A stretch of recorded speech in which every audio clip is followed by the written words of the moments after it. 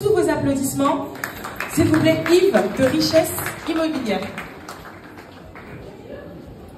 Beauté à tous. Beauté, bonjour. Donc je suis Yves Mungwama, je suis votre frère.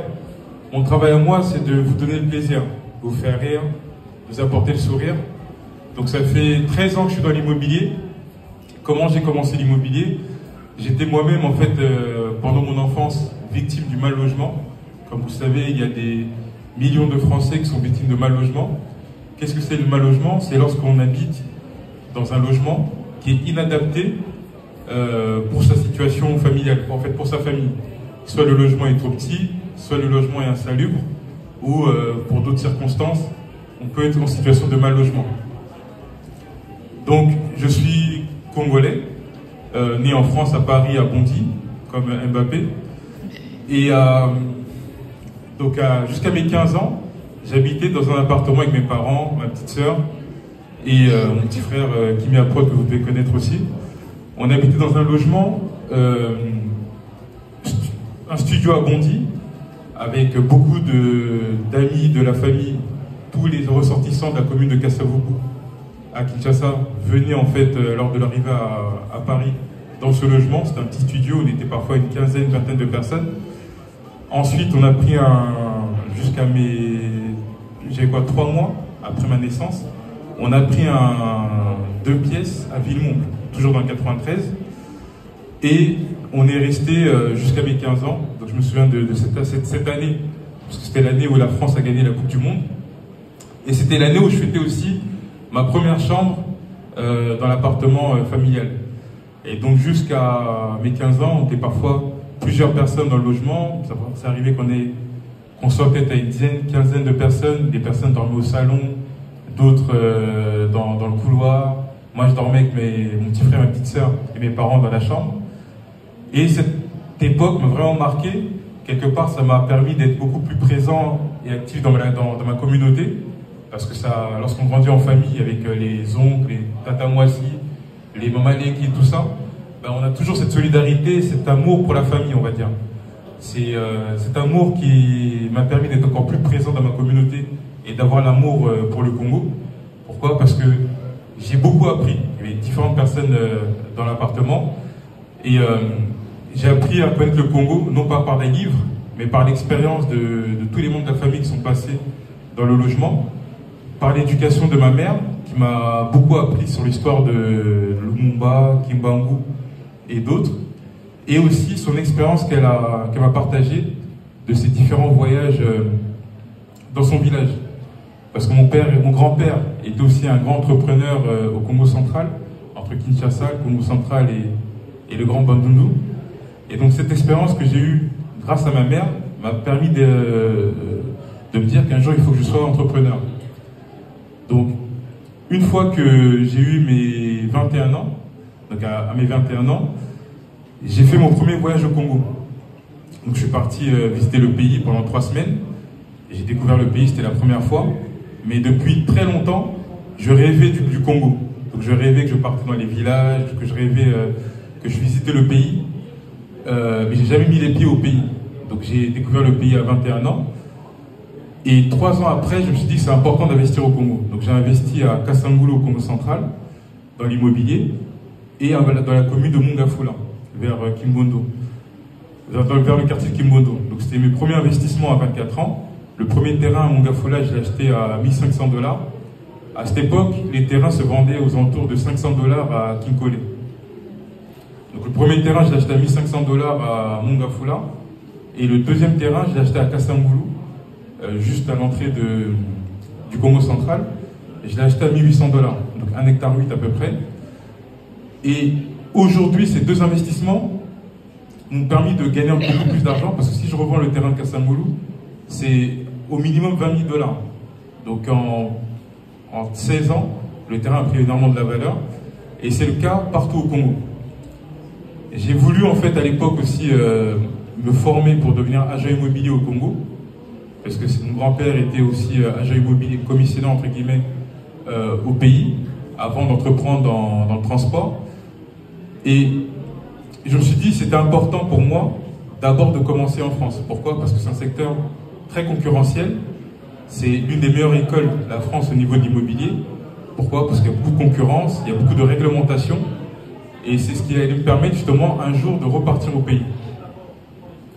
Donc je me suis formé dans l'immobilier, j'ai intégré un cabinet de gestion de patrimoine en 2010, en février 2010.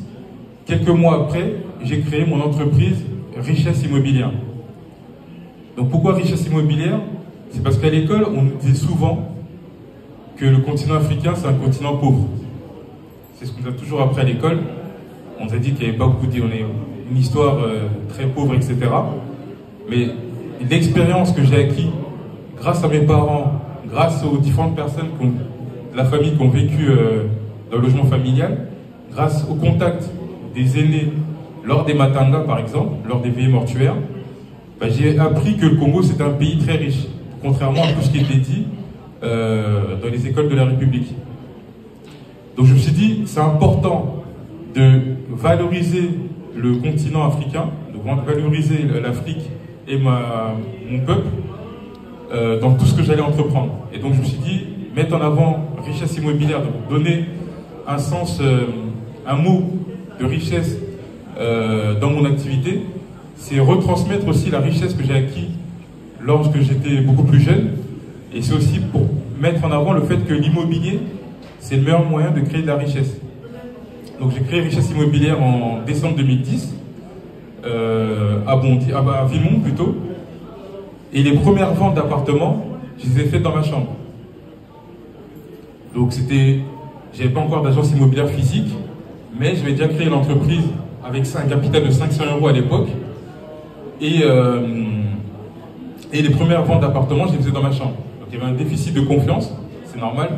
Parce que lorsqu'on part voir une agence immobilière, on s'attend justement à avoir toute une organisation comme d'autres confrères le font, c'est-à-dire une agence physique, une équipe, etc. Une vitrine avec des annonces de biens immobiliers et autres. Mais moi, je me suis dit, si je compte faire comme les autres, j'allais jamais créer mon agence.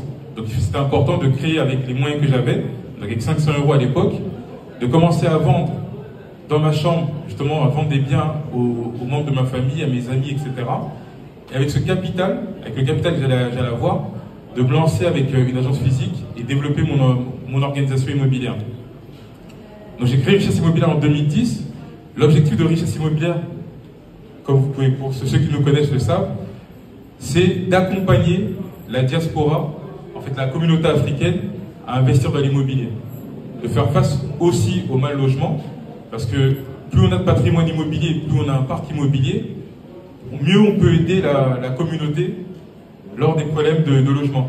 Parce que notre communauté est souvent, malheureusement, discriminée au logement. Donc il y a une grosse discrimination au logement, mais aussi dans d'autres domaines, que ce soit l'embauche ou autre. Et le fait d'investir dans l'immobilier, ça peut nous permettre d'avoir un parc immobilier. J'ai aussi assisté une bonne partie de la communauté lors des expulsions de logements avec mon association. Ce qui m'a aussi motivé, c'était les incendies de Boulevard Auriol, où il y a eu beaucoup de jeunes qui sont décédés lors de ces incendies dans le 13e. Et j'ai accompagné avec mon association la communauté, justement, ceux qui étaient victimes de mal logement, pour qu'ils puissent trouver des logements décents. Donc, mon expérience personnelle, l'accompagnement avec mon association et mon ambition de devenir entrepreneur m'ont aidé à créer l'entreprise. Et je voulais pas seulement aider la communauté à chercher des biens en location, mais je voulais qu'on puisse aussi donc créer de la richesse grâce à l'investissement immobilier. Donc à partir de 1 400 €, on a mis un concept où à partir de 1 400 €, on aidait la communauté à devenir propriétaire de leurs biens. Donc au lieu de payer un loyer à 600 €, je permettais à la communauté d'acheter un bien immobilier avec un revenu minimum de 1 400 €, avec ou sans apport, pour leur permettre justement de créer de la richesse. Parce que si le locataire paye un loyer, certes, mais quand on fait le calcul, par exemple, qu'on paye pendant 5 ans, ou pendant 1 an par exemple, un loyer à 800 €, on a 9 600 € de loyer. Sur 5 ans, on est à peu près à 48 000 € de loyer. Et sur 10 ans, on a 96 000 € de loyer. les revenus n'augmentent pas, mais chaque année, les loyers augmentent. Donc mon objectif, c'était justement de permettre à notre communauté, justement, d'investir dans l'immobilier pour économiser un loyer et créer de la richesse. C'est ce que je fais depuis 13 ans avec Richesse Immobilière. Je suis agent immobilier, courtier en prêt immobilier et gestionnaire de patrimoine. Donc le rôle de l'agent immobilier, c'est d'être intermédiaire entre des vendeurs et des acheteurs, ou des bailleurs et des locataires. Le courtier, c'est celui qui va négocier le financement auprès des banques. Donc pour avoir des meilleurs taux d'intérêt, des meilleures conditions de prêt, et permettre justement à ceux qui souhaitent investir de pouvoir le faire beaucoup plus facilement. Donc j'ai accompagné beaucoup de clients. On a accompagné plus de 1600 clients qui ont acheté en fait en France en 13 ans, et même sur des projets de location aussi. Le but, c'était vraiment de faire en sorte que notre communauté crée de la richesse. Parce que comme on peut le voir, on a dans notre communauté, on a beaucoup de personnes qui sont victimes de mal logement, comme beaucoup de Français. Mais dans tous les mouvements de militants africains en France, aux États-Unis, etc., que ce soit les Black Panthers ou autres, la question du logement a toujours été une question centrale. On a toujours eu cette problématique de logement, et mon objectif, c'était vraiment de faire en sorte qu'on puisse régler ce problème-là et aussi accompagner la diaspora à investir au Congo. Merci beaucoup. Et j'accompagne aussi la diaspora avec un projet Wakanda Kisantu, vous pouvez venir sur le stand, qui permet à la diaspora d'investir sur des terrains, des projets de construction de maisons, villas, chalets, etc.